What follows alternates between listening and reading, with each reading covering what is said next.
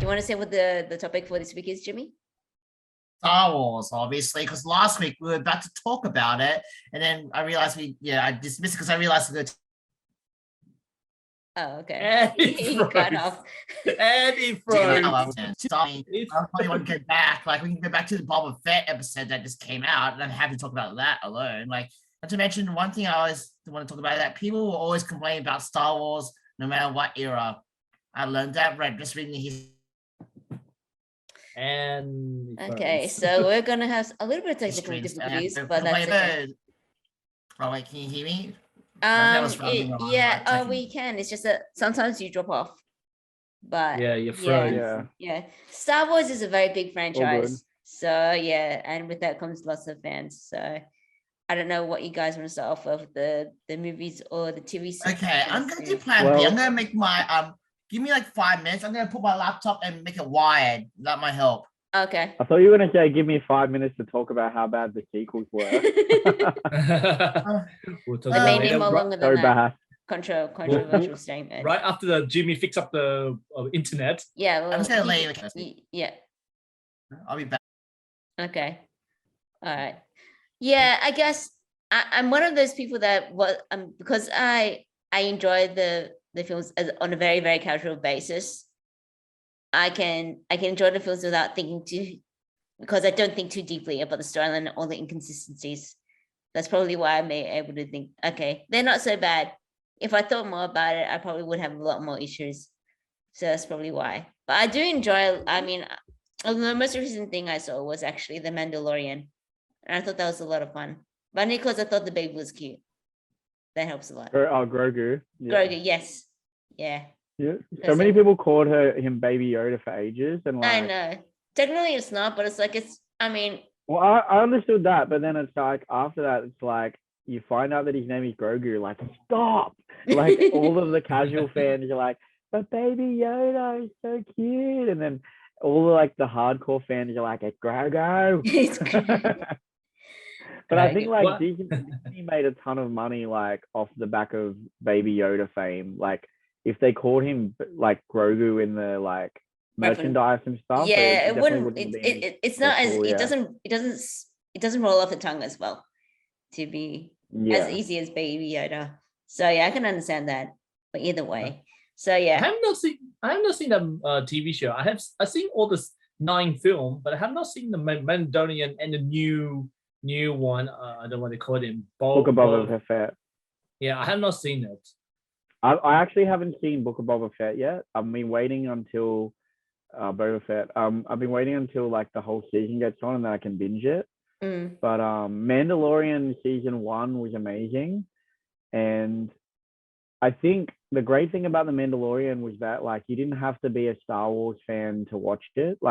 You could just be a general sci-fi fan, and you didn't have to sort of know all of the subtleties about the Jedi Order or the Sith history or anything like that to get into it. It was just kind of fun from the get-go, you just had a blast. It was kind of I heard it described as just a Western space opera, just a Western, but it's in space, and that's kind of really what it is. It kind of reminds you a lot of early Clint Eastwood movies, I guess.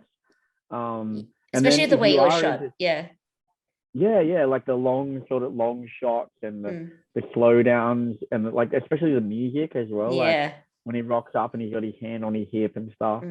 But I think if you are a Star Wars fan, you can enjoy it as well because sort of the history behind it and everything like that. So I feel like the Mandalorian appeals to 2 different audiences, the sort of the big wider casual audience and then the niche Star Wars audience as well. I think that's why it was so successful, and obviously it has 2 great filmmakers in Jon Favreau and Dave Filoni at the helm as well, and they both really know Star Wars. Obviously, from their toes to their head, basically they know Star Wars so well. So yeah, I think The Mandalorian is amazing. And then you see season 2 and you're like, holy crap, this got better. Jimmy, internet okay now? It Did you should not be get as it's wireless, and you're all white now on the white bar, so that's good. Okay, Okay, that's good. that's I can see good. why. We're back let's in continue. action. All right. So yeah. So Jimmy, we were just chatting about like how we felt about the Mandalorian, how it can appeal to like the casual Star Wars fan because it's kind of like a space western, but also appeals to the regular Star Wars fans because it's got like, Mandalorian culture that we haven't heard about before and all the history and stuff. What do you I think? say the reason why Mandalorian works is because the two characters, Gu and Jin, I always pronounce the names wrong. I just have good dynamics. That's what kept them going. The relationship between those two. Without those two, it'll be just a bit by the numbers. This is the Lord. What? Wait, who's chemistry? The Baby Yoda and the Mandalorian, basically.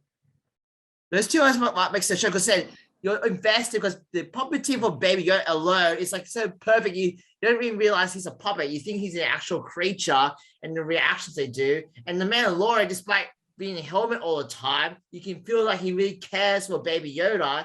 And Baby Yoda's so cute, you want to protect him yourself, and you have that relationship alone, and that's what kept it going. It's like a father-son relationship. It was so cute. Like Yeah. when he went back for him, like, and then he sees Baby Yoda's like little cradle. I'm like, no, Baby Yoda was there, and he's like freaking out.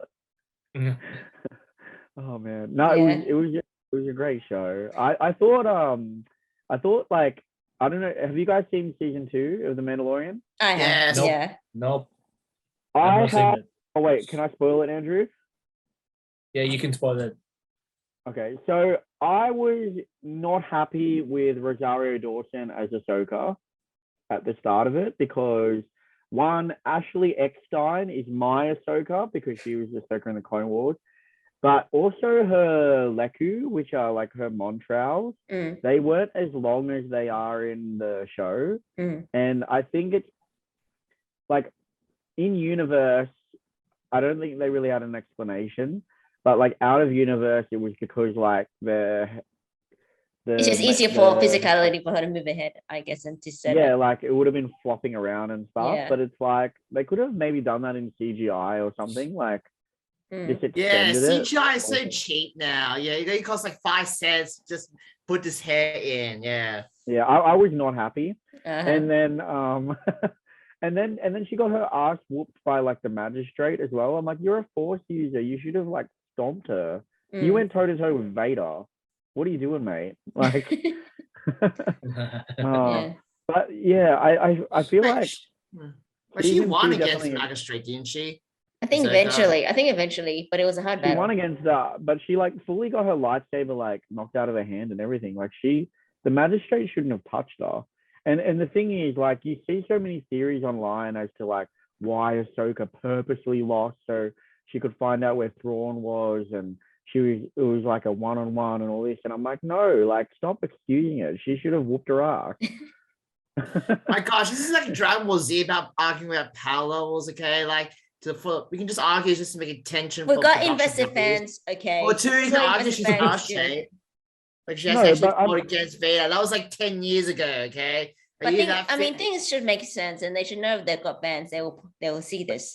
I think that's. If you've got Force senses, Force speed, Force strength, you've got Force precognition. You should not be losing against a, albeit like talented, adept martial artist, but you shouldn't be losing against them. Okay, have you played the Old Republic? There are actually ways for normal martial arts to be Jedi in the Old Republic in lore. So you mean the RPG game? RPG game? No, I haven't played. But the MMO one.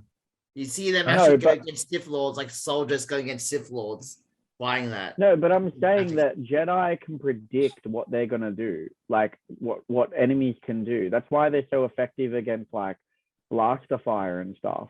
So no matter how talented someone is, well, I guess like if you had her against like a Padawan, it's going to be different.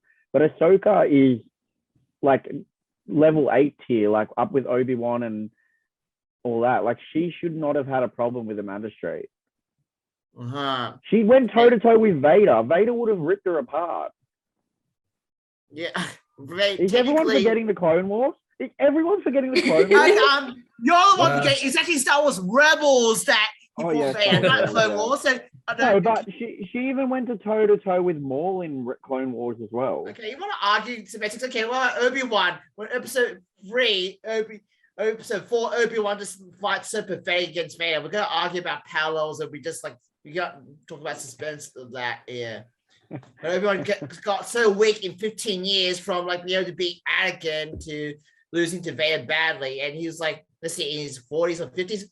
Count Dooku was 70 and could actually still take a toe with Anakin in episode 2. So we go power levels. This will be like, Yeah, but well, that's a lot of that is like the midichlorians thing, which kind of flowed in and then kind of disappeared. But like, I think it's like, the Force potential thing. So Count Dooku was an extremely talented Force user, but then you've got people like, council members like Kit Fister or something who are sort of like a level 7, but they wouldn't be able to compete with someone like Count Dooku who's on, say, like a level 9.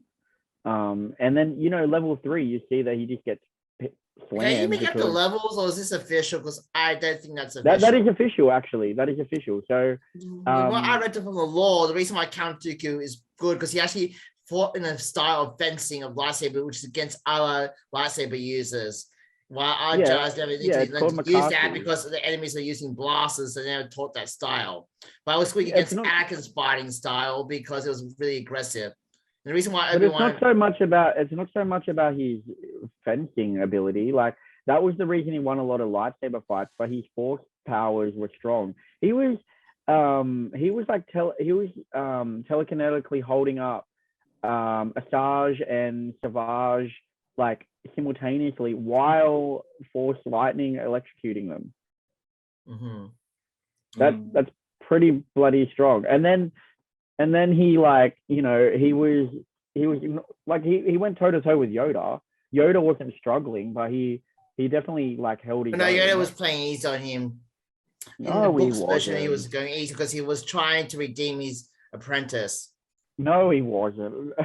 Yes. Like, Count Dooku beat Windu in the lore. And Windu beat the Emperor. Yeah, but that's because Count Dooku at the time was a light Jedi, and when Mace Windu fought the Emperor, which I do believe he won, he was amped by his use of Vapad, which is basically channeling the user's dark side energy into. Yeah, I know that. Power.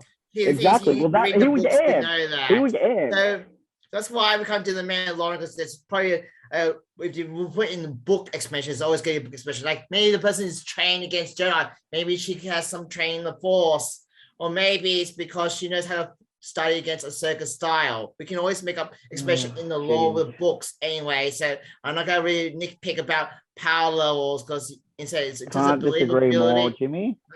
What? Can't disagree more. Ahsoka should have won that fight. Easily, yeah, right. Okay. So she won fairly easy. It's like she didn't struggle that hard. Shouldn't have taken 2 minutes. Just enough to make it looks like she had a chance. And so there's plenty of ways to say, like, people who are, this person was fighting against a Jedi and she knew that she was a Jedi. You think she would research on how to beat a Jedi and train with? I don't think. Remember, the Force is inbuilt with all living things. So sometimes reflexes, people could use the Force just by on reflexes. That's why people argue that Han Solo technically used the Force when it gets the asteroid field, because that's why he's like based on instinct. Hang on. He's not Force sensitive. Wait, what? Han Solo is magic?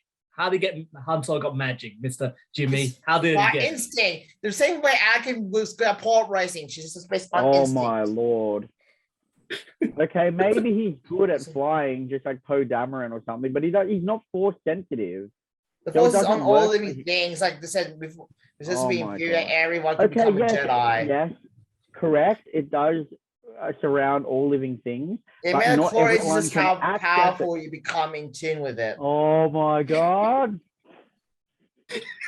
Not everyone can access it, Jimmy. That depends on what law you talk about. So that's why it gets really overwhelming. You talk about like that. I'm talking Disney canon. Okay, Disney canon makes it even more like Legends- the Legends Last canon Jedi. doesn't The kid exist could do here. the broom, and she had no training at all. So yeah, Legends canon doesn't exist here. that's the Last Jedi. If you're talking about Legends, that's even more crazy. All And right, so let's start off. Yusuf Vong Okay, before and we go Jason crazy. Solo and different other people there that could use the Force or not. And K Skywalker was just a bit overpowered in the Legends canon. So All yeah, right, before we go crazy, let's start off with original trilogy. What did we think of the original trilogy? It's perfect. Best. It's a best one. The prequel was pretty a mixture. The sequel, what the fuck? No. We're talking about OT now.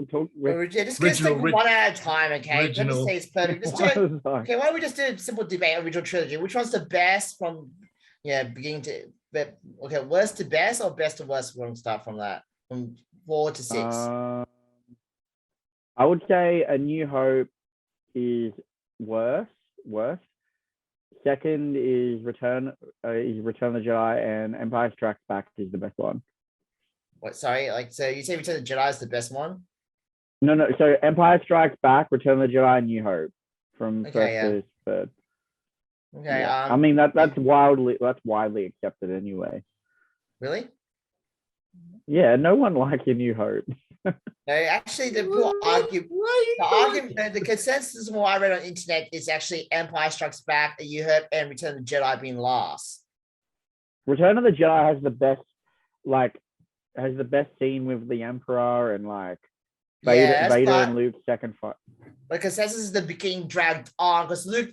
Oh yeah, you talk about power levels. Why Luke struggled against Jabba? It took like 30 minutes. He could just guard in the lightsaber and just attack instead of doing an ultimate plan with getting the lightsaber from R2D2, which could have failed in many ways if R2D2 was not there, making it so a bit. He probably would have been. And having to put his sister through a bikini trade thing. So that's that's actually right.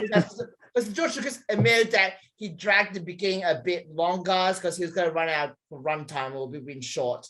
Not to mention the bit about Ewoks putting like Ewoks because they did think it was like, how can they beat the stormtroopers and have elaborate traps. And also Princess Leia being the sister was kind of too convenient and a bit weird. Slightly intense because they just kissed from Empire Strikes Back. But yeah, the good parts of that. And not to mention, people got tired of having our Death Star, which would have become an annoying thing, like another super weapon.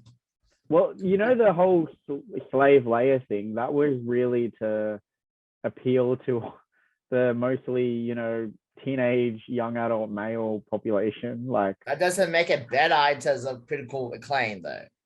That's yeah, but for fan service. That's why a lot of people would have watched it. You don't have internet back in those days, so everyone would go home and go, "You've got to go watch that movie, bro." I think teenagers were watching Star Wars before that. Like from what I read, the box office, I think the box office wasn't that high for Return of the Jedi compared to Empire Strikes Back. I think it was like, I think A New Hope was quite, it was quite a lot more than they expected. Yeah, because Fox didn't have any faith in that. That they actually just like George Lucas kept the rights. So he can keep the rights. It's not like Star Wars is going to be big. The biggest mistake ever made. But it was $775 million on an $11 million budget. That's huge. Yeah, but I said Return of the Jedi was $42 million. Wow, they spent $42 million. That okay? Empire Strikes Back was. All right. Teresa's turn. Oh, is this my confession moment? Because I haven't actually seen the original trilogy. Oh God. God. I hang my head in shame. God, how? Like that's something like everyone's parents showed them. Does it make a difference if I've said that I've seen the Indiana Jones series instead? Does it make up for it any?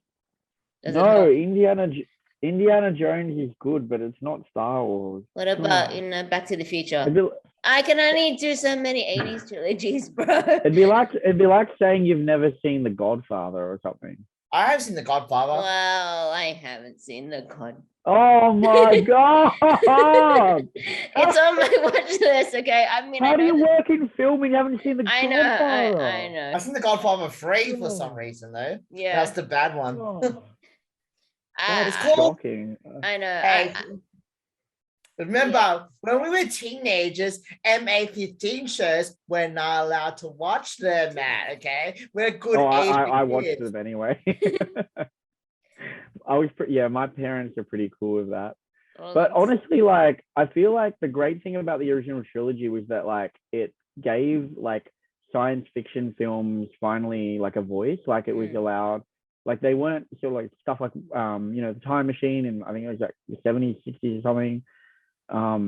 Like, it actually gave people the opportunity made it to mainstream. make those, like, make those sorts of films. And it wasn't just, like, geeks and all that kind of stuff watching it. Like, it was everyone watching it. Like, that's why Star Wars has become such a household name now. Like, Yeah. even if you don't really know the characters and stuff, everyone knows Luke Skywalker and Darth Vader and Han Solo. And what's good too is that, like, Mark Hamill, Harrison Ford, and Carrie Fisher, like, were relatively unknown actors. Like, I think Harrison Ford was like 40 or something when he auditioned for that. Like, so He was semi-famous because he already had other films seen, so he's relatively known. So yeah, Mark Hamill, Carrie Fisher were definitely fresh. Yeah, and like his boyish charm and all that stuff. But like, I think that, like, it was good to be able to, like, that it was a jumping platform for those actors. And I think also the makeup and the costuming was, like, amazing for something that was made in 1977. Like, you look at, like, I don't know if he was in A New Hope, just to be clear, you watched the original version or the special edition? Because the special edition did make it look a lot better. So I've seen both. But, like, you watch like, let's say Admiral Akbar, like, for something made in the 70s, like, that's amazing detail. Like, that's incredible. And, like, $11 million budget, that's not a lot of money. So, it was pretty cool. And also, like, all of I don't even know how they made the space scenes. I need to watch a documentary on it or something, but that's freaking cool. I did. I watched a fair amount. I watched the commentary all for 3 original films. And basically, Star Wars was a miracle that could have been terrible. Because the first one was made with a low budget. And you know how did the Death Star run? Because basically George Lucas had 2 options: buy one expensive shot or a lot of bad quality looking shots. So you guess what was his solution? One good quality. No, he picked a lot of bad shots, but he made them go so fast you wouldn't notice how bad quality they were. So he made it look more frantic and fast paced. So you see the plays go so fast and do that. But special edition, he actually fixed every frame so you can't pause it. Because in a movie theater, if you're just going so fast, you have time to pause it. Yes, that's how he did it. So that's actually clever. So a bit about really improvising with a low budget to make it work that way, because the space battle was hard to make back then.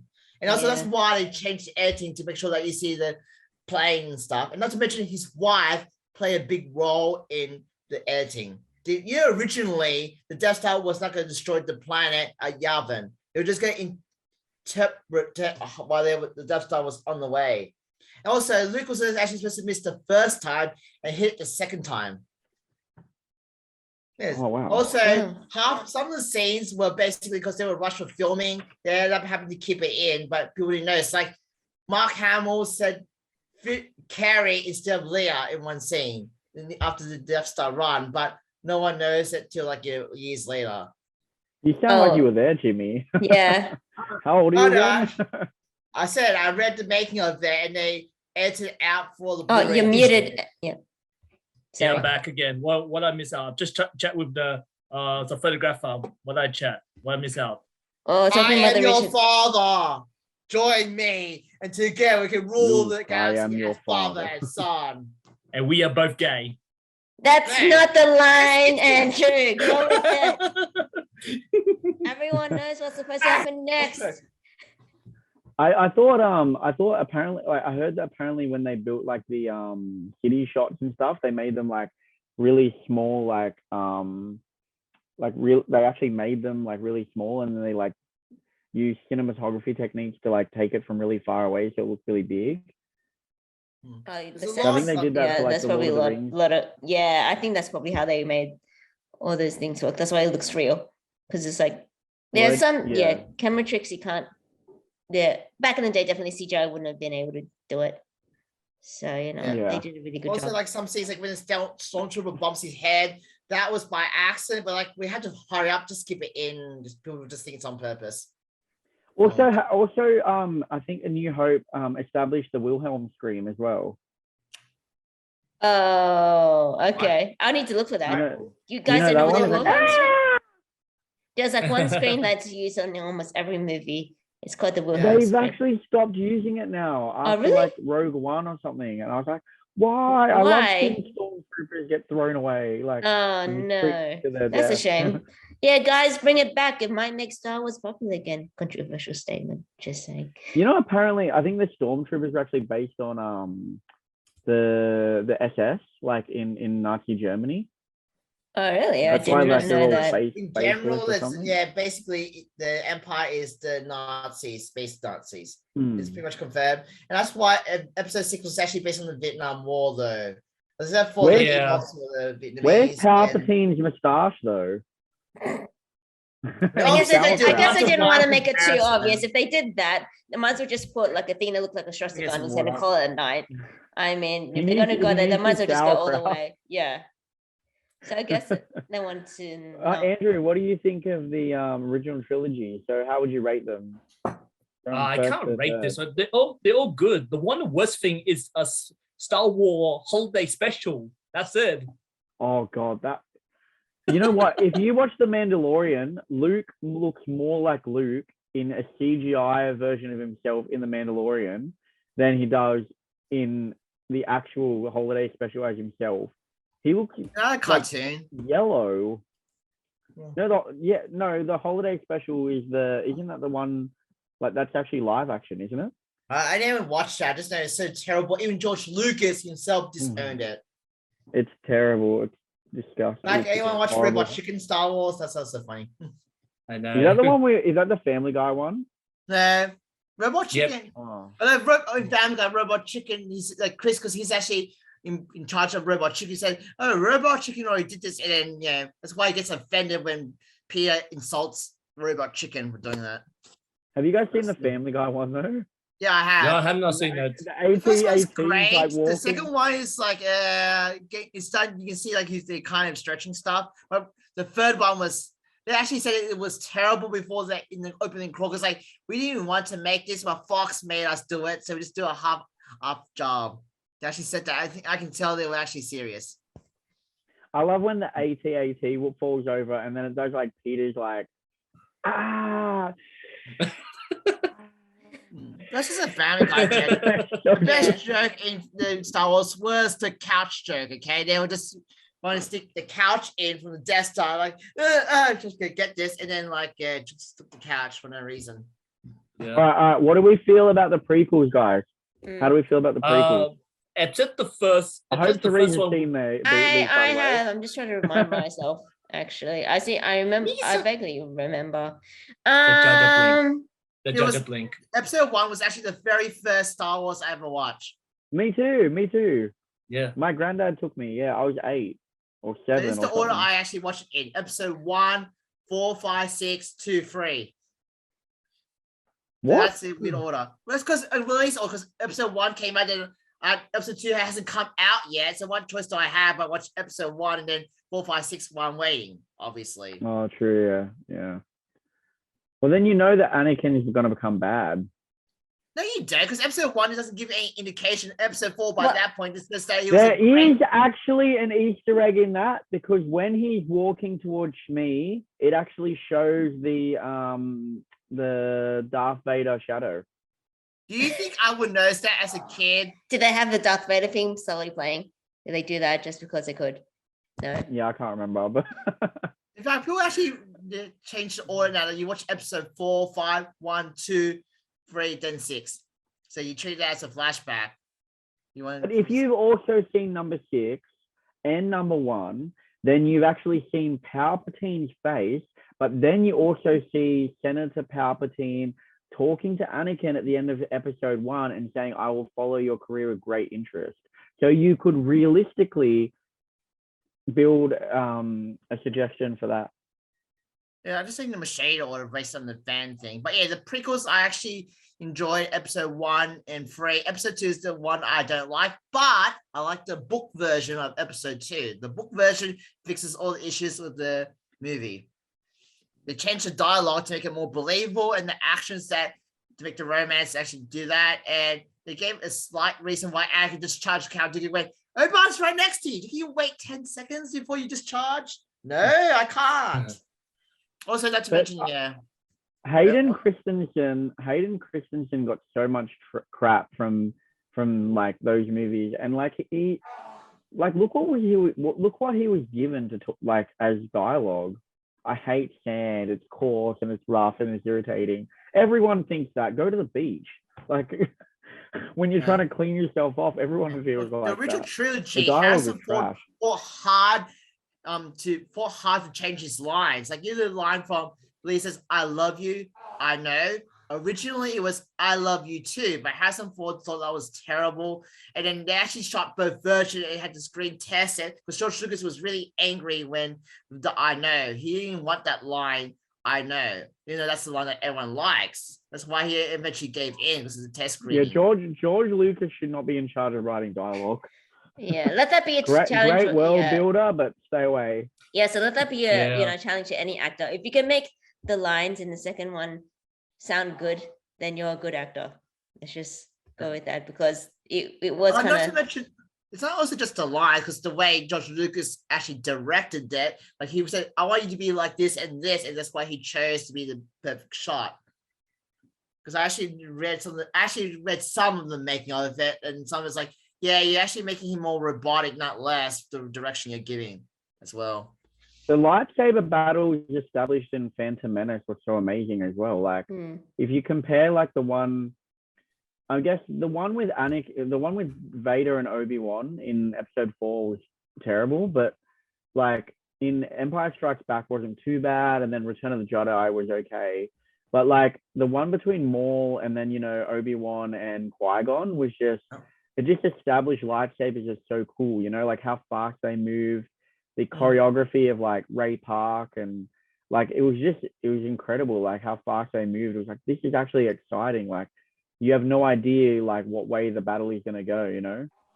I thought that was incredible. And then fair. I mean, if you watch the original trilogy, you know that Obi-Wan definitely is gonna beat Maul in the end. And since Qui-Gon is not in the original trilogy I mentioned, he would have to have died based on that logic. But in terms of how they win, it's the exciting part. Yeah. Has anyone seen that? The score was the best part there, the Duel of Fates. That's the one that I remember. Has anyone seen that re-edited version of the Vader versus Obi-Wan fight? Someone like sped it up by like 15 or something, and they're like fully force pushing you into each other. That's CGI, not just fast, but you just CGI it. That was sick good. Though. That looks sick.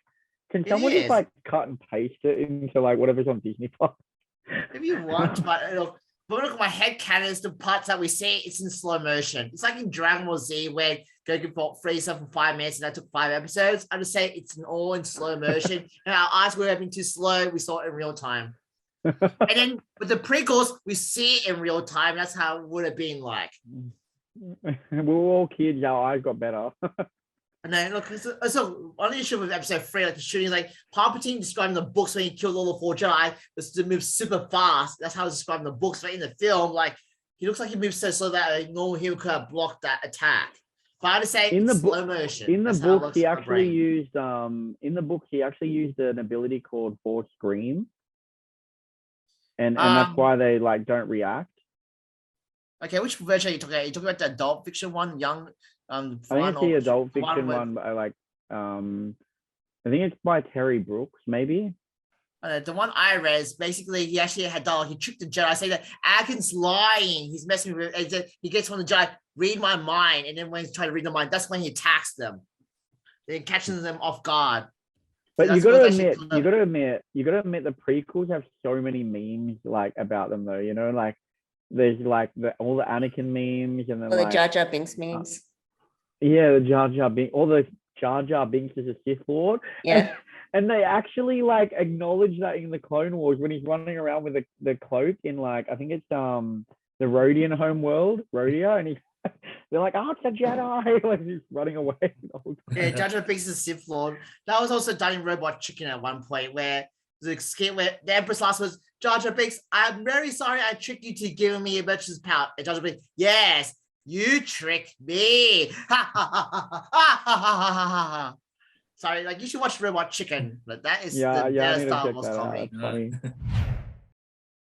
You know, fans Like, actually people try to with- sue George Lucas for ruining their childhood for the prequels. So like, you just type on YouTube. Some people actually do a lawsuit against George Lucas. You guys ruined my childhood. Oh man, that's Yeah. that's a bit wild. I think. Good luck Like to them. Yeah. yeah. That was a long time ago. I when- don't think it went anywhere, but yeah, they actually tried. Yeah. all those scary, like not scary movie. What was that? What disaster movie and all that kind of stuff? What was that one with Kim Kardashian in it? Jesus, terrible. Is it like high school? Not a high school movie or No, it was It's like called, it's a- called Epic- parody movies. They're called It's like parody a movies. parody movie, yeah. And then it's just like somehow X-Men show up and stuff, and it's just such a disaster. Epic movie. You're talking about epic movie? Epic Epic movie, movie, yeah. epic movie. Epic movie. Ugh. That ruined my Yeah. childhood, I tell you that. And somehow I kept watching it. Yeah. But yeah, like the prequels, I feel like were actually really great because we were young, we were children when we watched it, so like it sort of encouraged us into Star Wars, and I guess like that's what the sequels are doing for like Gen Z and Gen Alpha. It's just introducing more and more people to like the beauty of like what Star Wars is. But I actually would say that Revenge of the Sith is my favorite Star Wars movie and also one of my favorite films of all time, because that movie was incredible. Like, when Obi-Wan fights Anakin on Mustafar, I have to hold myself back from weeping. Like when he's like, "You were my brother, Anakin," I'm like, "He was. Why did you betray him?" Yeah. Oh, and the acting. Was Oh really man, we good in agree that, on one actually. thing for once. Episode 3 is actually my favorite as well. Yeah, Air 5. High five. And the thing is, he actually. Sorry, What the my heck? relative just trying to interfere with that. What the heck is that? There's a like celery on your camera. Yeah, my relative just tried to mess with me because I told him don't talk to me. He decides to do the loophole. See, that's a loophole. He's just interfering, obstructing. But episode 3 actually aged better because one, the Clone Wars actually felt in more. Like you see why Anakin would be more annoyed with the Jedi Council, and 2, with today's politics and misinformation, people will fall for this in episode 3 back in the day. Like now, like today, yeah, people will fall for this definitely because we've in the real world people fall for more, gullible things or misinformation and how to lead to throwing away these things. Did you read Yeah, Did you read the novelization by Matthew Stover? Yeah, I think I did that one. That's the God, one. that was a good book. That was such a good book. And then, oh, sorry, we're Disney. That's not Disney canon anymore. I'm like, bastards. Like that was such a good book. Like, as if Revenge of the Sith wasn't good enough as a movie as well. But that accompanying novelization by Matthew Stover, like it actually gave you insight, like in-depth understanding. Wait, it's the one that tells you how he got his scar, right? Is that the one that tells you how he got his scar, or the one that's afterwards where he talks about Vader's that he was going to name his son Jin after Qui-Gon Jinn if they didn't get separated. It was like it started off when they're on the ship, and then it talks about how like like how the fight with Dooku went and everything. Like Yeah, that one, yeah. And Count they Dooku's pretended- intentions, because he's the one that wanted the Empire, like the version, to be like against aliens, because he's pro-human. But I really liked hearing about how Anakin felt after he betrayed like Windu. How he's like, it's like he calls Palpatine the Shadow, and like it's like his heart is like a dragon and cold and all that, but then it consumes his fire every time he uses the dark side. And it's sad because like he says like at the end of it when Padme dies, he's like the Shadow. He hates the Shadow with all of his being, but the Shadow is the only thing he has left. So really, like if you look at Star Wars as a whole, like it's kind of Anakin getting like groomed for like by Palpatine for 6 movies or 40 years or however you say it. Like Palpatine isn't the strongest person ever, because if you go like, I guess it's Raven, not the old Disney Republic, canon. then yeah, there's no way. Yeah. What's that guy's name? Valdorion or Valconion or whatever, and he was the guy. He was like the Emperor in the Old Look, Republic. even during his era, Plagueis was actually more stronger than the Emperor. That's why he had to kill him in his sleep. Yeah. And I mean, like, I still believe it's argued against, like it's argued every bloody day of the week. But I reckon Palpatine did lose to Windu fair and square. It did. Josh Lucas, he's upset that. Yeah. It's actually fair, but he did wiki himself when Anakin showed up to the electric, because he could have kept the electric thing fine. He was definitely faking that part where it's like, you know, I'm out of power. He actually had more to keep fighting. I'm so weak, Anakin. Yes, kill him then. Kill him. Kill him now. Like all those memes, you know, like do it. Yeah. They should have like someone should almost like an idea for a meme, but someone should like replace that on top of like Shia LaBeouf saying just do it, you know, when he does that Nike thing. So like he's just like just do it. Look, I got an interesting theory about episode 3 about that. The reason why Anakin for the dark side, because only 2 people ever treat him like a human being, Ahsoka and Padme. Because everyone else treated him more like the chosen one, like that. They also were scared of him and expect a lot out of him. And the reason why Luke didn't go to the dark side, because people treat him like a human being despite what he could do. He was just like a human being, but they could do more things. He was not the chosen one, so he had the pressure of that.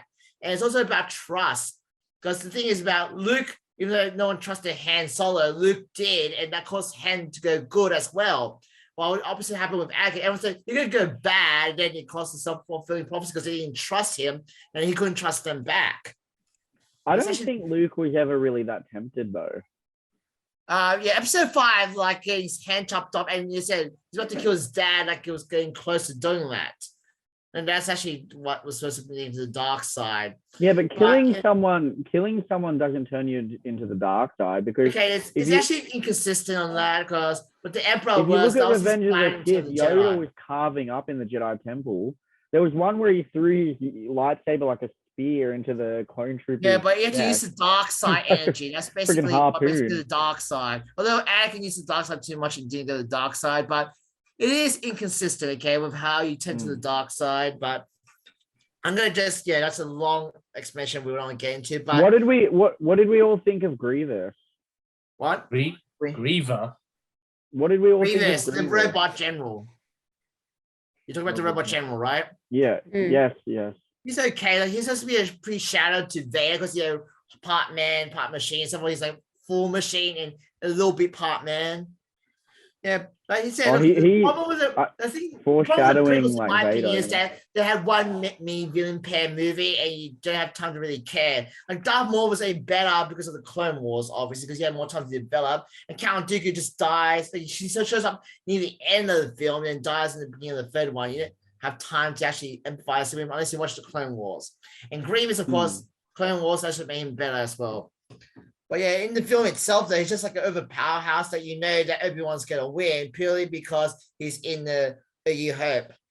But also, like, the fight was actually good, but how it ended when Obi-Wan beats him with a blaster, it says, how uncivilized. That was a good callback to episode 4.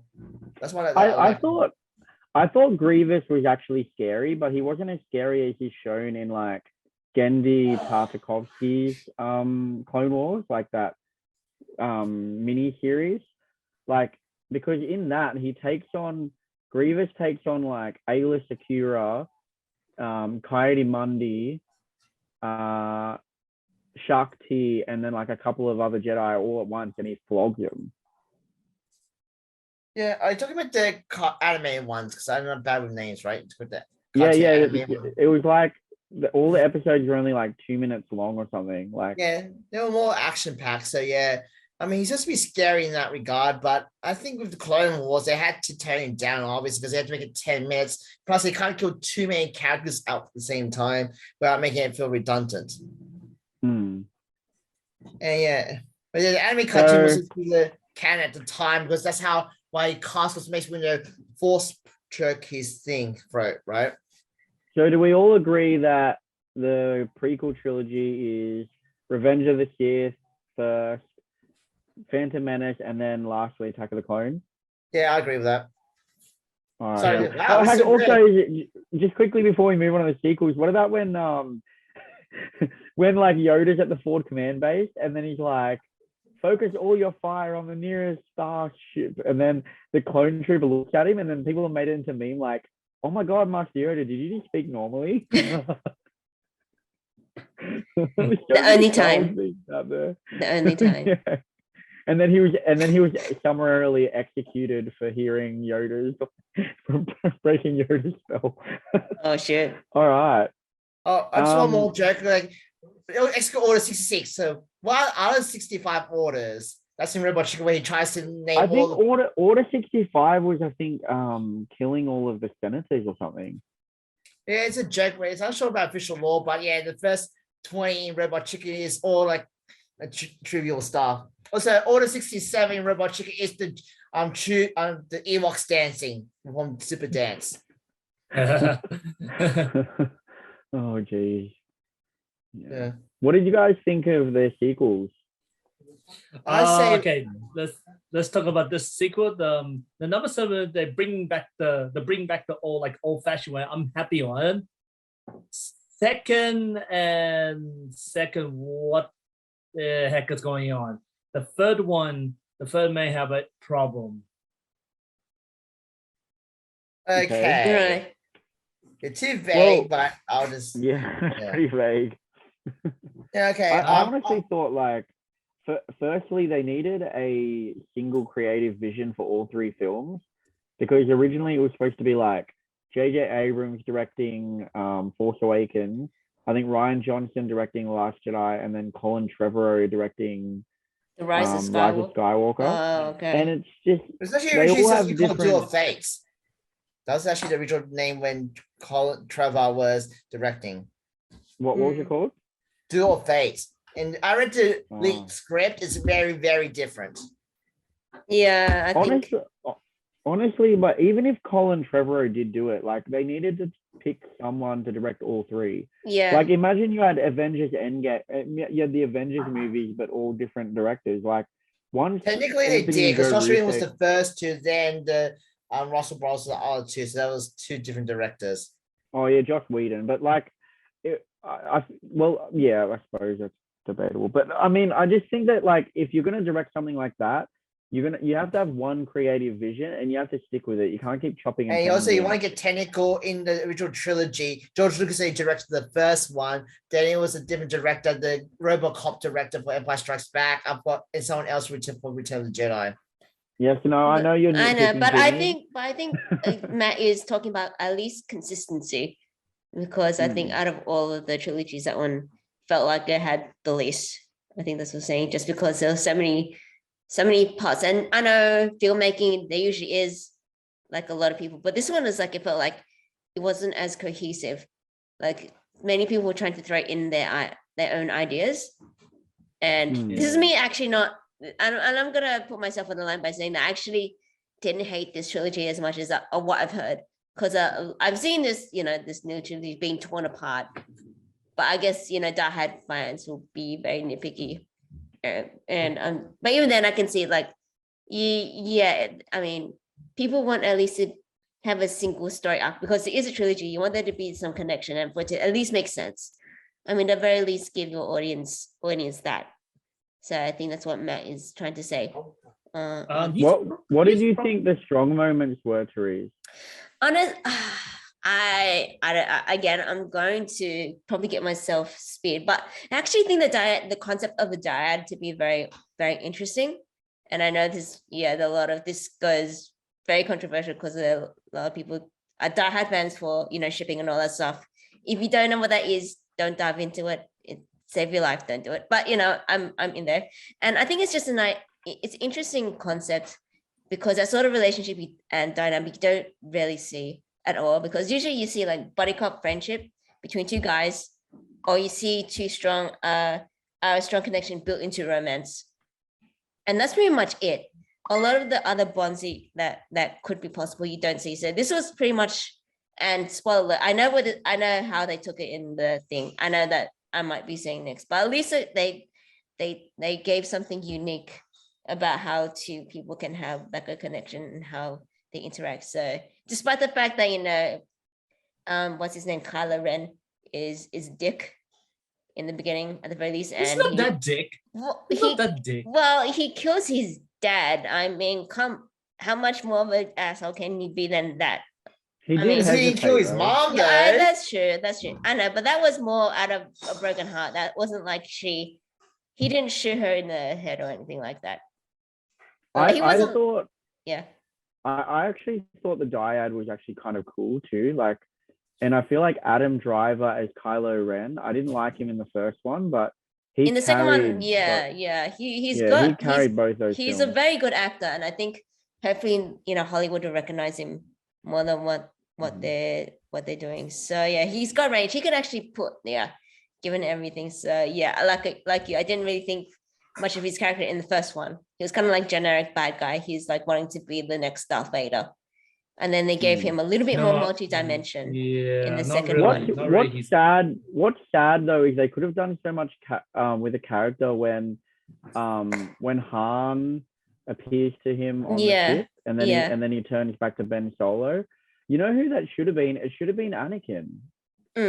As a Force ghost, because he always wanted to be Vader, and then Anakin could have talked sense into him and gone, no, this is not the part. Work out for me, did it? Like, no, you know, okay. So in episode 9, he was actually redoing the conversation. He wishes he had, like, he regrets killing his dad. Remember, like, he was actually repeating some dialogue similar to episode 7, but then this time he actually doesn't kill his dad. That's actually the regret he has. That's why it's good that his dad. Father, I am sorry I stabbed a lightsaber into you. It was completely I was completely unaware that I was doing it. It's all the dark side and all willy-nilly. It's more like I said, like, that's what the dark side is. You have to get rid of all the people that you love, but that's why it didn't actually have the same effect, because he didn't kill his dad with hate. He didn't actually hate his dad. That's why it didn't make him go more dark side, which is actually the symbolism of what the dark side is. You have to do it with hatred for kill people with hate, because it did kill people, obviously, but that doesn't make him dark side because he doesn't involve with hate. It's more like it was necessary. That's why he wouldn't want to kill his mom, was he actually feel any stronger. It just didn't feel like it helped him at all, because he thought he didn't even really have a reason to. He didn't really have a reason to turn bad.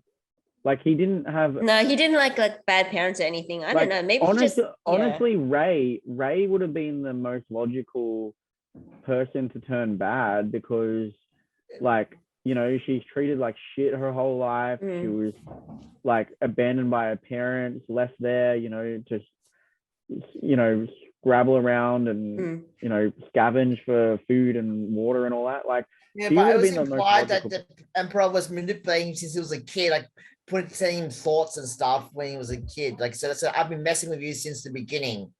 From episode 9, although I'm not sure that's a record, because I wish it was Plagueis. Plagueis should have been the villain, not the Emperor, okay? Because that way Plagueis is dead. Yes, but remember the law of him that he can be immortal, like he can bring the dead back to the living or something. But didn't he try and already? Didn't he try? I said what? Didn't? Oh no, that was Tenebrow, Darth Tenebrow.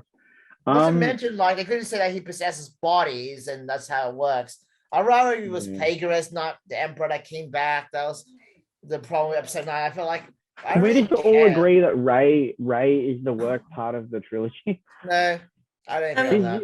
I mean, she's not. I mean, as far as female characters go, and I know that she's been kind of dragged, she's not the worst. I've seen much more. Who's a better character? Cal Kestis in the Fallen Order game. What? Character. Who? He's Cal Kestis in the Star Wars Jedi Fallen Order game. Oh yeah, I haven't seen that. He's a better character than Ray, because Ray's not terrible, but she's OP. Like, I understand she's the daughter of Palpatine, but you don't just stop. What about this scene, right? She grabs a lightsaber. She simply says the Force and then claps Kylo Ren. That would be like me walking up to Maria and saying Yen and then beating her in a martial arts fight. Okay, no, that's not how it happened. Look, Jackie Chan, imbue me with your power. Oh. no. Okay, if I want to compare, basically Rey is like the XL for Knights of the Republic 2. When she sees people fight, she gains power. Like she gained powers from seeing Ren using it on her. And that's basically she could do that because she's getting stronger. It's not about power, Jimmy. It's not about power, Jimmy. She grabs a lightsaber and she suddenly beats him. It's not suddenly. It's because he just learned to calm down. It's like when he said in the very beginning, he was actually beating her, but he said, I can show you to use the Force. And then she realized I should use the Force. They weren't in a forced power battle. It wasn't a forced push battle. And the Force makes you fight better than lightsabers. You're not basing more on instinct and not overthinking. Okay, but he's been training his whole life in Luke. And he got shot by Chewbacca. He was injured. Yes, he was injured, but that actually amped his dark side rage. Okay, so if you make that rule up, it does not work that way. Yes, it that does. Logic, when Vader got his hand chopped up, you should be able to beat the Emperor stronger because his hand's chopped off. It does not getting work your that way. hand chopped off is a bit different to getting shot. You're getting shot in the stomach where you're barely able to walk. It's not going to make you more powerful. I don't know if you made that rule up because, do you see if that Logic, if you read the law, every time you get half HP, it should be more powerful. Oh my God, Jimmy. If you read the law, he actually, and you watch the movie, he actually hits his wound to make him feel pain, and then it makes him angrier, and then he gets more power. But additionally, he's been training with lightsaber techniques his whole life. So how the hell does Rey, who's never used a lightsaber before, beat him?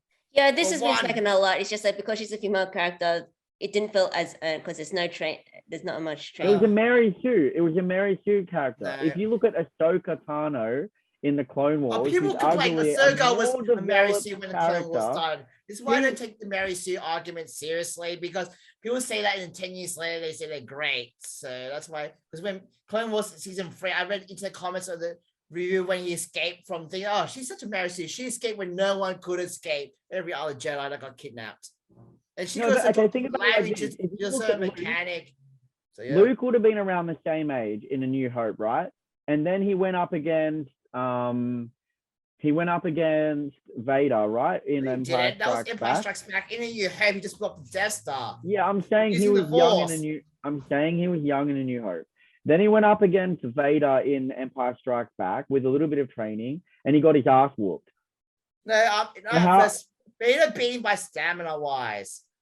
Not to mention, if you want to talk about that, you're saying Kylo Ren was trying to kill Rey as well. Kylo Ren was actually trying to convert Rey to the dark side, so he wouldn't go full power.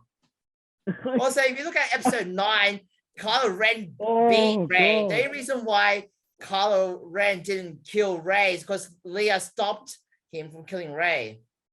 So are you saying that Luke lost stamina-wise, not skill-wise, against Vader? Yes, if you see before he used the Force, my God. Vader off. Yes, I read the novel version. Jimmy, you don't know who Anakin Skywalker is. He was the best duelist in the Jedi. Arguably only going up against Obi-Wan, Windu, and Yoda, the only ones who could challenge it. I can't believe this. No, because Luke was actually getting more powerful, stronger. That's why he trained for about less than a week. Jimmy. But also, Luke's fighting style is actually a combination of I've got a bit of Obi-Wan's and Anakin's, and the reason why Darth Vader was said didn't have a challenge for a while at that point, although the comics might change that. So Darth Vader was actually getting warmed up, and being machine does weaken him. So Darth Vader is not as strong as Anakin could have been. And Luke have you seen how fast he was mowing down you see that he was actually gaining control of forcing Darth Vader to actually use the Force to slam the machines at him, then go down. That's when he was starting to be out the stamina. Not to mention the heat in the thing caused him not to be able to fight as well. And said Vader's better with the Force because he had more experience in that. Vader, did you see Vader fighting the rebel troopers in Rogue One? He was moving so fast with his lightsaber, Luke wouldn't be able to keep up. On Rogue One, I've seen that. if you think that We're gonna Anakin production isn't, values. if you think that Vader is not more skilled than Luke in Empire Strikes Back, I don't know what to tell you. How That's it. and Kylo, it's not about power. Even if Rey is the daughter of Plagueis and has been trained in power against Kylo Ren, skill with a lightsaber is completely different. Luke's when you have the more son power of in the Force, chosen the Force one. guides you on how to fight. Not immediately. What? Okay. Yes. Well, okay. Answer me this question. Why do they do lightsaber training if the Force guides you to fight? Yeah, answer the question. Yeah, so you can get more in tune with it. Like you can learn to use the Force that way. You can't. Sometimes people can learn the Force. Some people can ride a bike easily. Some people take practice. You still need to practice to test people. What to the do that. fuck? How did riding? We talk about lifesaver, not riding a bike. We talk about It's called lifesaver. an analogy, Andrew. I know that's a weird concept. Matthew, ask but you a that's why question. I'm making an analogy. So to explain that some people still need to do that to use the Force. That's why you should be in tune with that to learn the fighting style. And said that Master of the Force and natural talent will be better than someone with natural talent, but natural talent can always be equal with someone with just learning skill, experience. We talk Not, about controlling. not immediately. We talk Like I about said, controlling. I the feel like you Force. need, even if you've got superior talent, you still need a little bit of training to be able to compete. And Otherwise, Luke did have you would training just with get Yoda outclassed. as well. Some stuff there. Yeah, it kind So of you feels just like get outclassed at I'm every reading the point. Winter's lore, the Pause, books and that doesn't version feel of right. Empire Strikes Yeah. Back, by the I way.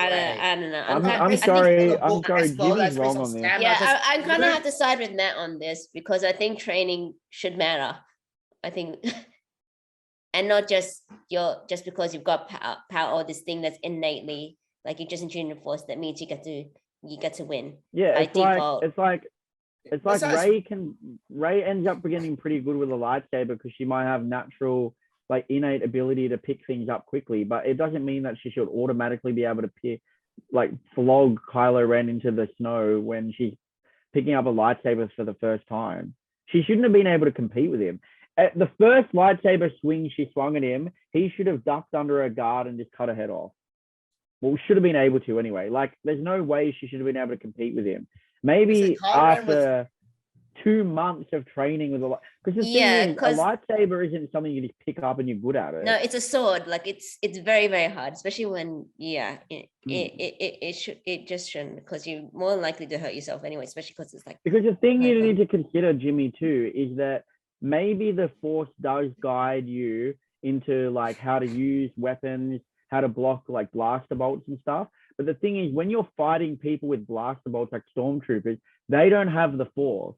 So think about it like this: Rey might be able to pick up a lightsaber, and she might be able to beat a couple of pirates, but she's also fighting someone with similar Force abilities to her, who also has had a lifetime of training. No way is she winning that fight. And one, because I already explained that Kylo Ren is playing easy on her because he wants to convert her, not actually kill her. That makes it hard on her. At the start, and then when she starts pushing him back, how the hell did that work? She's It's the called being granddaughter of. Okay, if you go easy on someone, sometimes they surprise you. That's the difference between that and you're injured. I know that from And playing she easy. shouldn't have been When I able. underestimate my chess kids, I go easy on them. If I went for power, I could have won, but they're halfway through. It goes that way. She shouldn't have been able to pressure him at all. Well, okay, Anakin should not be able to blow up a starship using the Force when he barely knew how to fly either. But the Force helped him do that, blew up a battle station by accident. But he was like, oops. And that was because of the Force. Yeah, but it's not. It's not. The thing is, what I'm saying is that stuff happened. He was just flying around a spaceship and stuff. There wasn't like anyone. Like, it wasn't like Vader was on his tail and himself. It wasn't like someone with the Force was chasing him at the same time and firing at him. Rey is dealing with Kylo Ren. She's not fighting someone who's picked up a lightsaber themselves for the first time either. But I told you, in episode 9, Kylo Ren ends up being Rey, so it's kind of obvious Kylo Ren was going easy on it. And being injured does not make you stronger, okay? You keep insisting on that. Yes, it does. No, it doesn't. That's why he's smacked. Okay, Therese, can you shoot Maria in the leg and see if she can beat me with a leg shot? She still Injured would, does not I make you reckon. stronger in the force. It does not work that way. That's even It's more called painful, adrenaline. Jimmy. I said, I Kylo reckon Ren Maria managed to beat still Rey would. in I episode reckon 9, so Maria it's still would. clearly that Kylo Ren was more powerful than Rey at that point. So you can see there's more like circumstances here. Saying it was just a one fight was just like that. She It's was like that, never 'cause I more saw the fight, powerful and than it's not Kylo that Ren. so Mary Sue like you guys wanted to make it out to be. Okay, it doesn't feel that way. She was So- never more powerful than Kylo. He's a Skywalker. Hello. Yeah, yes, and Kylo you Ren know did beat her in episode 9. So being injured and him underestimating thing. When you underestimate your opponent, that split couple of seconds gives you a free couple of punches, He which was makes a difference. injured, And but being he- punched, being injured does not remember make you when more he pu- powerful. Do you remember? Okay, but do you remember when he punched it? Why did he punch it then? I'm just saying because he wants to go easy on because he wants to convert her. That's why So they you're- that's the you're reason why saying- Vader also went a bit easy on Luke on Empire Strikes Back in some Oh. regards because he wanted to capture him instead of killing him. That's like So you're saying he was wounded by Chewbacca's bowcaster. So your explanation is he punched his own wound to make him more wounded and like less strong Look, I said, to then take it easy on Rey. I said yes, but look, he's not going to actually try to hurt himself more, but he's not going to heal him completely. Force healing, self-healing is not that easy just to doing that. Dude, you're I said, just digging yourself a bigger hole, man. Oh, You doing Okay, it so many yourself. links You're to just- Jimmy after Jimmy, this. thinking about a fight, like say, like when people, let's say Yes. someone beats someone, Therese, what is happening? Jimmy.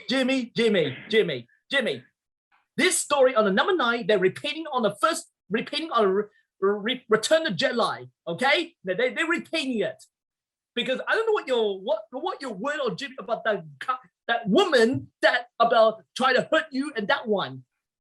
That now Matthew don't know what you try to explain. Matthew don't know what that means. What are you trying to say, Jimmy? Are you trying to say that girl is a lesbian or something else?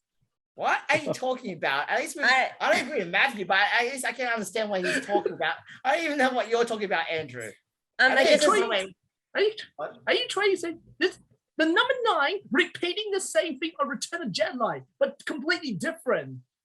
Okay, now that one I'll definitely disagree because it's different enough. Like Revenge of the Sith was more similar to Return of the Jedi in that regard. Because Rise of Skywalker was Andrew, I think you mean that The Force Awakens was a copy of A New Hope. but he was talking about episode 9, wasn't he? Yeah, you're talking about episode 9.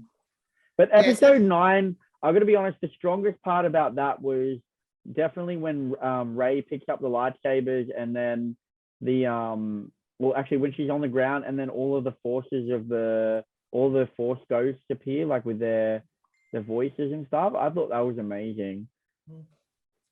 Oh, look, my Take favorite your first part- step, Rey. Rey. my favorite part And of then episode 9 also was one of my actually- favorite Star Wars characters, Kanan and Jarrus, made an appearance, and I was so happy.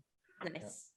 Okay, actually, let's talk about parallels. We'll go too far. This is Yeah, why I hate okay. doing All parallels right. Well, we've rather- got like around 5-6 minutes left. Let's just see. Where do you think Star Wars is gonna go? Yeah, why don't we just let's do order. Which one do you think is the best and worst of the sequel trilogy? Because I actually want which one you guys actually like more, hate less, or hate less out of all. Okay. Off the bat, I kind of like 2 and 3 as a tie, and then the first one. I That's what think my one's the best one would be Road One because the Road One they bring back the Rogue old. One- That's no, not we're part talking of about the the trilogy, sequels. Andrew. Sequels. That's I the know. spin-off. Who cares? All right. Well, if he likes that, then that's Andrew's answer. Okay. I liked Rise of Skywalker, then The Last Jedi, then The Force Awakens. Yeah. I liked when Ben turned good again. Yeah, that was a cool time. That was a cool shot. And if I see to that. What about you, Jimmy? I think I like the Last Jedi, and I'm torn between Rise of Skywalker and Force Awakens.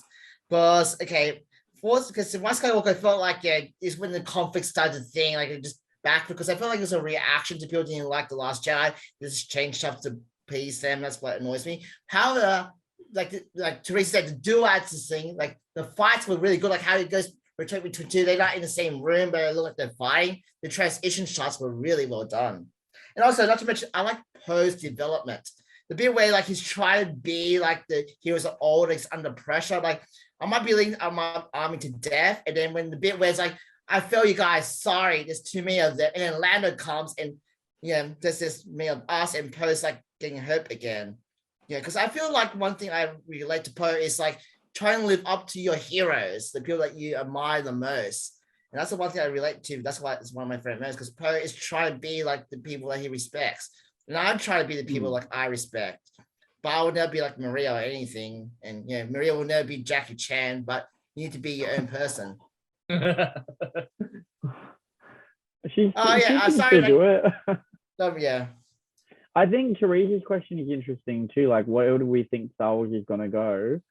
I think it's definitely going to move away from the Skywalker saga. Like, I think you've got like shows like The Mandalorian where like it was kind of established by itself, but then I guess it tied into the original trilogy and all that, so that people could sort of figure out what's happening. Like, it's not just totally different characters. But I think there's like something like 7 or 8 movies planned. So Really? like it's gonna be exciting. Yeah. Okay, well, let's just see. There's rumors of that. As long as they one get rid of directed by Kathleen Patty Kennedy. Jenkins. Yeah, please. And yeah, please leave Kathleen Kennedy. Yeah, the one thing I want to debate John is Favreau actually- slide into that position. Hey, I got a good title. Let's make it the new Star Wars. Star Wars kick Kathleen Kennedy out. That's a good. Yeah, I'm thing. sure How that'll about this? The new name of the KKK, Kick Kathleen Kennedy. As long, I Oh, mean, geez. as if we didn't have enough controversy on this podcast. Why not that's just a go long all the debate. way? We are definitely not politically correct. No. Yeah. I'm just saying, No, like, it's just- whether she's actually to blame on, because development wise, she did left the directors on their own. She was more of a overseas stuff. That's why I'm not gonna blame her if things go wrong, because she lets the directors do what they want. I would say what But they need to do. anyway, next I just want to time- talk about the TV direction. I feel like it's going to be more TV based, because that's actually George Lucas' vision. Because originally, after Prequels, he wanted to make more TV shows, and he only managed to do the Clone Wars. The other live action shows were too expensive, but Disney has unlimited money and better technology to make it look good. Like the Mandalorian stuff, like you can see, like they look like it's a movie budget sometimes, like the quality. Yeah. There's a lot And I coming. feel- Book of Boba Fett, Obi-Wan apparently is rumored to be coming out in May. There's the Ahsoka show. There's the Cassian Andor show. There's the Acolyte show. But I think there's like, I love the TV stuff. It's so cool to come home on a Friday and like watch, the new Star Wars episode. But there's something so nostalgic about going To the to the theater, movies yeah. and spending fucking $60 on like merch. Like you get popcorn tin and then your Star Wars like tumbler and everything, and just sitting back and just watching it. Like me and my friends went and saw Rise of Skywalker together, and we came out and it was amazing. Euphoria. I hated the movie, but like I ended up growing to like it. But like there's something about going and seeing it with your friends, and it feels so amazing. Yeah, I'll just add like 3 minutes, like just do part 3, because I want Andrew to talk a bit more, and I feel like he doesn't have much time. So can we just do a third party gets to finish his sentence? Okay. All right. And you as well as All right. yeah. I guess Okay. we can talk about the animated shows too, if everyone has a bit more time. Okay, we Yeah. do a bit slightly. Star Wars vision. Therese I love that. is like, God, guys, just stop talking. Okay, I think we're talking about like Star Wars, what direction is, and Yeah, so Oh, this is yeah. Andrew's turn. Where he so what do you think, Andrew? What's The what's Star gonna- Wars vision. Yeah. Oh yes, I like this one than the sequel, because this is a mostly like Oh similar no, of we're not saying Star Wars Vision. No, not the Star Wars Vision. No, show. what's the I mean, vision for Star Wars? yeah. Where do you think it's gonna go? Huh? what do you think? What do you think the future of Star Wars is, Andrew? The future of Star Wars. I believe we need to have more story, because the sequel is bad. We need to make it like an old time before everything, like Star Wars: The Old Republic, like a more story, like more mythological, more history began and how the lightsaber began, and I like to see more rather than the new sequel and copy and paste. So it doesn't work like that. I think like there's so many stories from the like legends that are available for them to turn into like films and stuff. And then there's also like what Disney's doing with the whole High Republic, which is set like 200 years before. But for me, I haven't played the Old Republic once, but I've read the Old Republic novels. I don't know if you've read them, Jimmy. And I need to see Satil Shan live action. I'm bad with pronouncing names. So I read the graphic novel version of the Knights of the Old Republic. In that, Satil Shan, is that the great grand ancestor successor of it? The Belastar's great grandchild. Yeah. So she's the one who marries that clone trooper guy. No. Oh, sorry, the army trooper, and then she has that son, Theron Shan. Oh yeah. You know the book Old Republic Annihilation?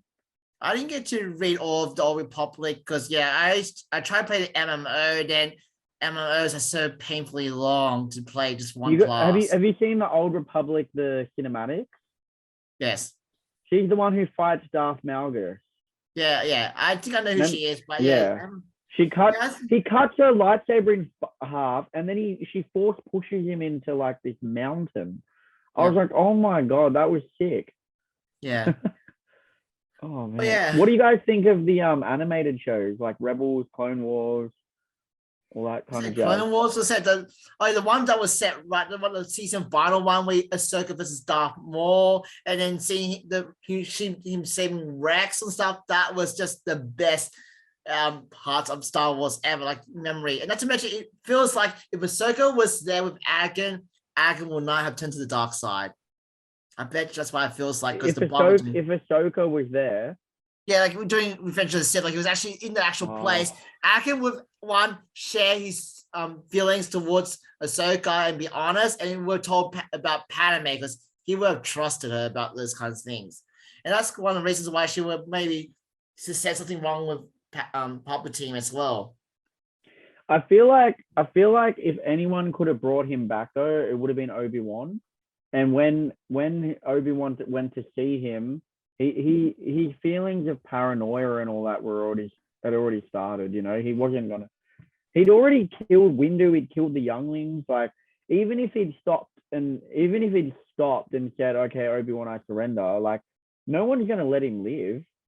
I mean before that, like, 200... Ahsoka was like before, like when like just during when he was like, Palpatine was talking to him and Anakin was paranoid about Padme dying. I feel like if Ahsoka was there, Anakin would have talked to Ahsoka about these feelings and would reveal about the why, because she's not a Jedi herself, so she would have kept a secret and would try to help him about Padme.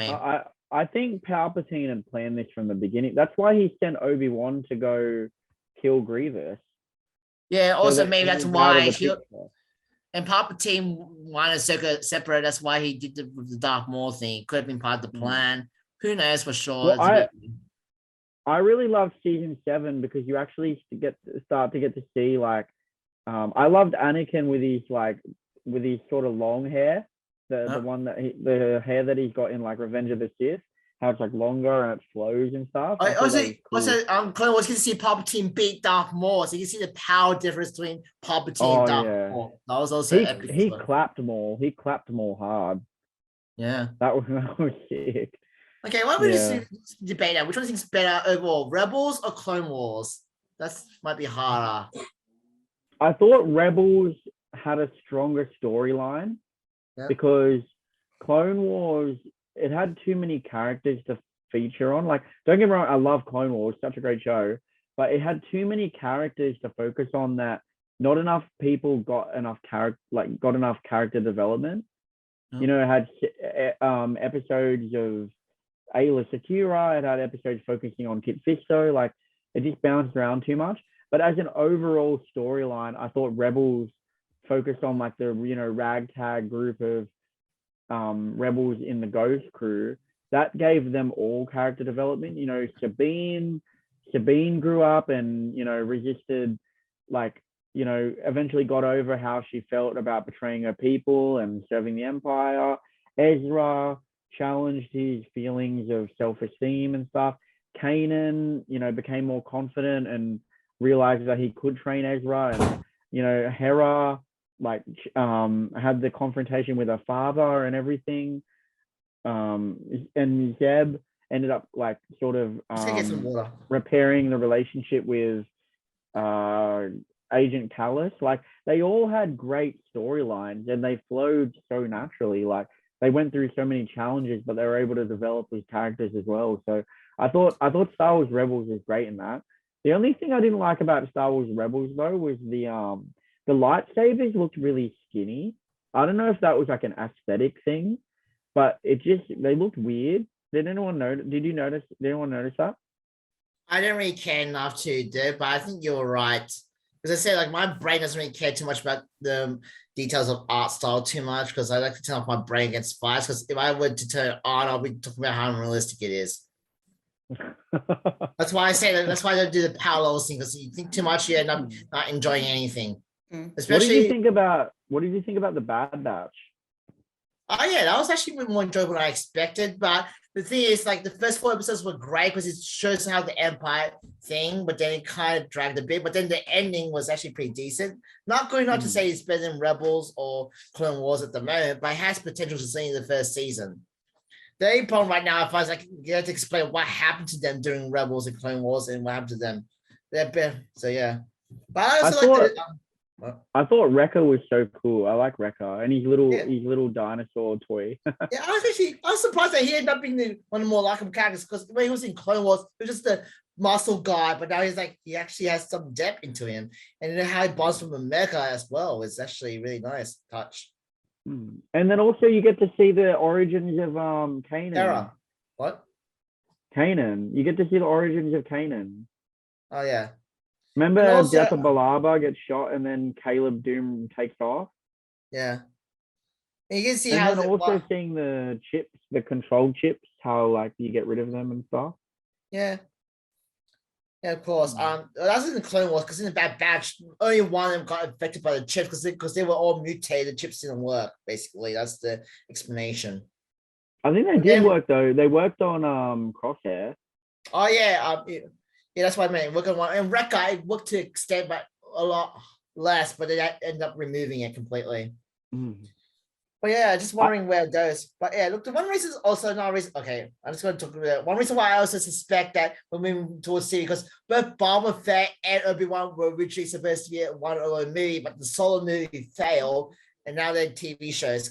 And I realized one reason why I think they're moving towards TV. If you make one bad movie, fans will complain forever. If you make one bad episode, fans will only complain about 1 or 2 weeks. But doesn't ruin the entire show in general. So there's a lot less pressure. For the sequel trilogy, there are lots of directors that were approached to make the sequel trilogy, like Steven Spielberg and other famous directors. All of them declined because they're we don't know what to do with it and how to appease everybody because someone's going to get angry. With TV shows, there's a lot less pressure. That's my reasoning. Yeah, okay, I could agree with that. Yeah, Disney itself, we just want to do it. People will like TV shows more and less pressure to do so. I heard that Kevin Feige is actually directing one of the Star Wars films. No, he said that he's open to doing it, but he has to have a good idea before he will actually do it. So he's in the thinking phase. So if he actually has a good idea, he'll do it. No, it's on I'm Wikipedia. not sure. It's on Wikipedia that he's actually confirmed to direct it. Wow. Yeah, but I said he will direct it when he has a good idea. He has to actually have a plot in his head yet, but when he has time to make a plot, then he will do it. How do you know? How do you know, Jimmy? Because what if it's going to be the same thing? How do you know? Well, apparently, as of September 2019, he was developing a Star Wars film of Kathleen Kennedy. That's what development means. It's still development can mean you're in the thinking phase or you actually haven't done in production yet.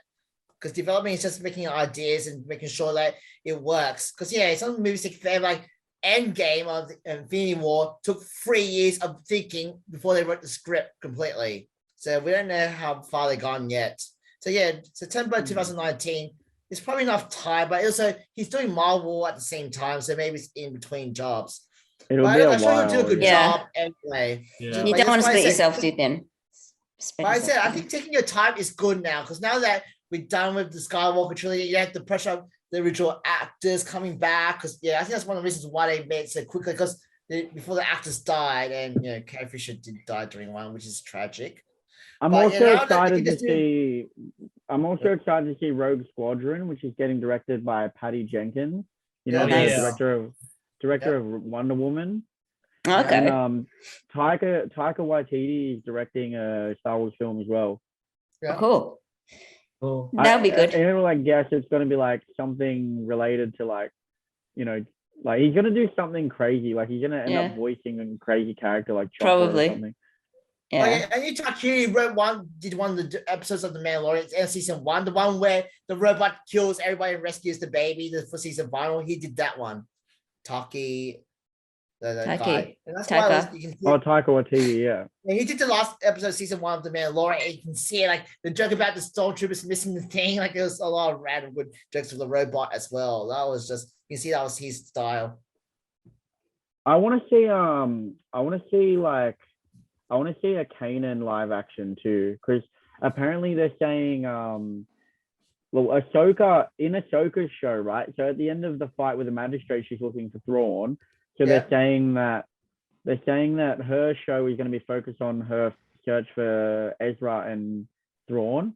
So I'm assuming obviously Kanan's dead by this point, but they might have a flashback of Kanan.